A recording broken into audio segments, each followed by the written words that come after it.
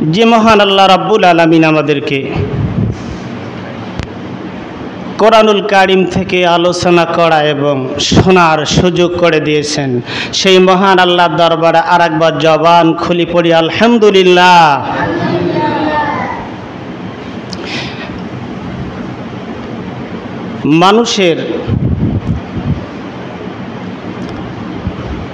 মানুষ বেঁচে থাকার জন্য, শরীরকে সুস্থ রাখার জন্যে শরীরের খাদ্য আছে। মানুষের শরীর দেখা যায়, শরীরের খাদ্যও দেখা যায়। যদি আমরা একটা মানুষ যদি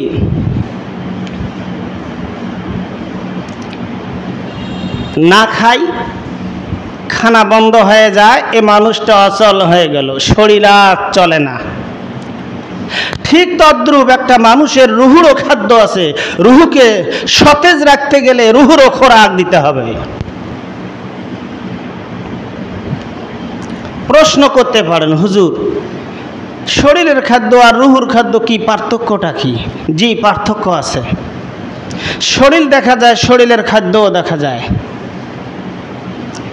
ধান, চাউল, গম, কালাই যা বলেন এগুলি দেখা যায়, এগুলি আমরা খাই, শরীর সতেজ হয়, এ মানুষটা সুস্থ থাকে, সবল থাকে, শক্তি বাড়ে। কিন্তু একটা মানুষের রুহু ওই সময় সতেজ থাকে, এই রুহুর খাদ্য হলো নেক কাজগুলো। যত মানুষ নেক কাজ বেশি করবে, রুহু শক্তিশালী হবে, রুহু শক্তিবান হবে, সতেজ হবে। এখন যদি বলেন, হুজুর লেখির ওয়াজ করলেন সারা জীবনেই, লেখি তো দেখলাম না।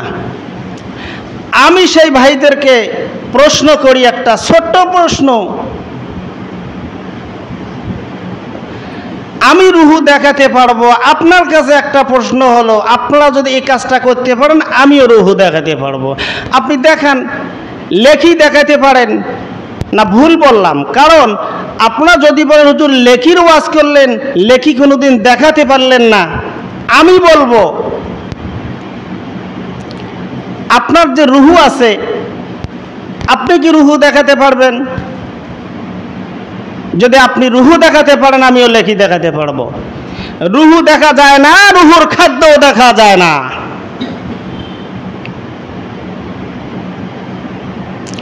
তাহলে রুহুর খাদ্য হলো লেখি। আমার বন্ধুগণ, আমার ভাইরা, ও আমার সোনার ভাইরা, মানুষ সুবহানাল্লাহ বলতে চায় না, আলহামদুলিল্লাহ বলতে চায় না।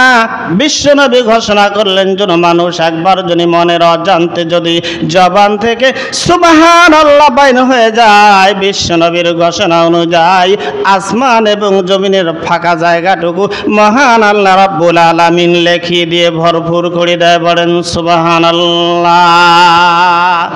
আমার বন্ধুগণ, আমার ভাইরা, লেখির কথা কেন বললাম? লেখি হলো রুহুর খাদ্য। গত আলোচনায় ছিল আমার, একটা লেখির কারণে জান্নাতে যাওয়া হয় নাই, জান্নাত আল্লাহ দেয় না। একটা লেখি বাপজান, শুধু লেখি কম পড়লে পাওয়া যায় না। বিশ্বনবী ঘোষণা করলেন, ও আমার বান্দা বান্দিরা, ও আমার সাহাবারা,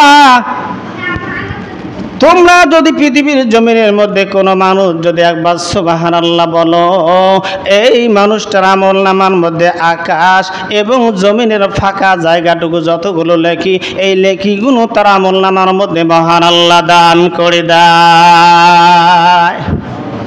তো লেখি কিয়ামতের ময়দানে কোনো টাকা লেনদেন হবে না, টাকা লেনদেন চলবে না। হকদারের হক পরিশোধ করি নাই, মানুষের হক মেরে খেয়েছি, মানুষের টাকা আত্মসাৎ করছি, এদের জন্যে কিয়ামতের ময়দানে আপনার কবুলিয়ত নামাজ থেকে দিতে হবে। এখন জিজ্ঞাসা করা হবে, আপনি লেখিগুলো দিচ্ছেন, লেখি দেওয়া শেষ, ওখানে তো টাকা লেনদেন চলবে না। আপনি এখানে 10 টাকা একজনকার কাছে নিয়েছেন, দেন নাই, এখন 10 টাকা পরিশোধ হবে কিয়ামতের ময়দানে, আপনি কি দিয়ে দেবেন? টাকা তো চলবে না, ওখানে লেখি দিতে হবে। আপনার জীবনের আমলনামার থেকে লেখি কর্তন করে তার আমলনামার মধ্যে দিয়ে দেওয়া হবে। এখন ব্যক্তি বলতেছে এই লেখি দেওয়ার পরে লেখি শেষ হয়ে গেল, এখন আপনি ঋণ পরিশোধ করতে পারেন নাই। বিশ্বনবী ঘোষণা করলেন তার আমলনামার থেকে গোনাগুলো সব নিয়ে এই ব্যক্তির আমলনামার মধ্যে জমা হয়ে যাবে। নাউজুবিল্লাহ পড়েন একবার। তাহলে কি চলবে? ওখানে লেখি লেনদেন হবে, লেখি, টাকা লেনদেন চলবে না।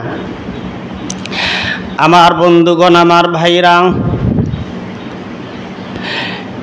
কিয়ামতের ময়দান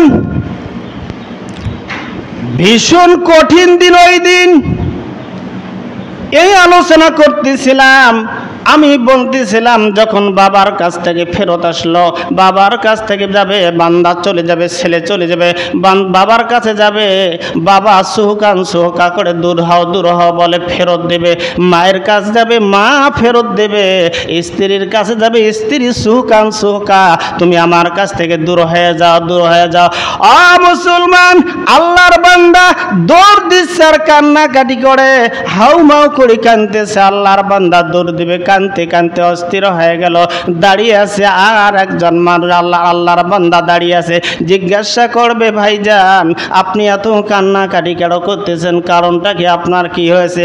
ও ভাইজান আমার, আল্লাহ রাব্বুল আলামিন আমাকে একটু সময় দিয়েছে একটা লেখি অর্জন করার জন্য। একটা লেখি কোথাও পাও কিনা, তুমি যাও লেখি তালাশ করে নিয়ে আসো, তোমাকে আমি আল্লাহ জান্নাত দিয়ে দেব।